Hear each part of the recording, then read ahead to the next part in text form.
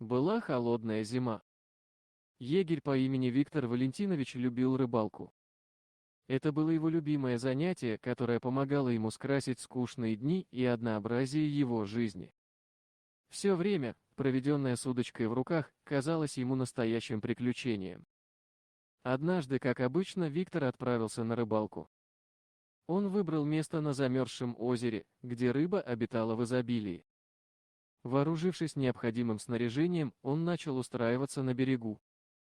Но вдруг его взгляд упал на нечто странное вдалеке, на поверхности воды, кто-то тонул.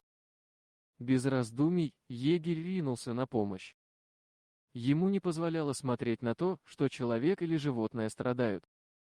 Вскоре он разглядел волков, которые, как оказалось, попали в ледяную ловушку и не могли выбраться на поверхность.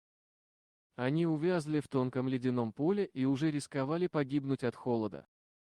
Опасаясь нападения хищников, Виктор не смутился и решил спасти волков.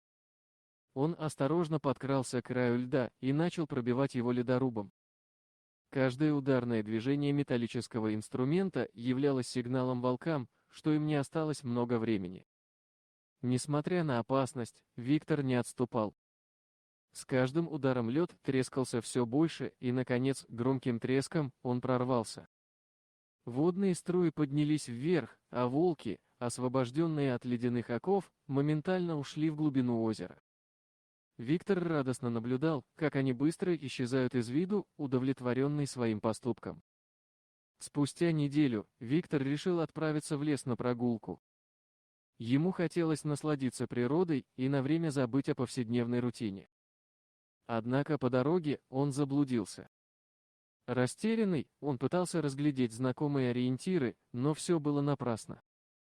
Старик бродил около нескольких часов, пытаясь отыскать дорогу назад. Он уже начал беспокоиться и вызывать на помощь, но его крики казались безнадежными.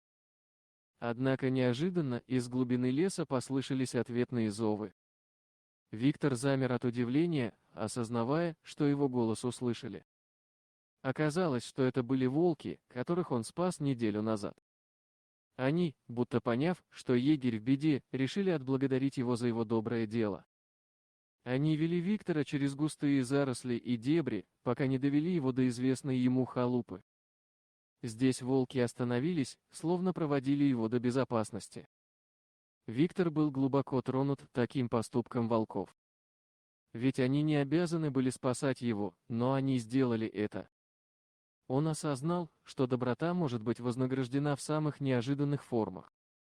С тех пор Виктор Валентинович стал относиться к животным с особым уважением и заботой. Он перестал видеть в них просто диких зверей, а стал видеть в них существа, способные на добрые поступки.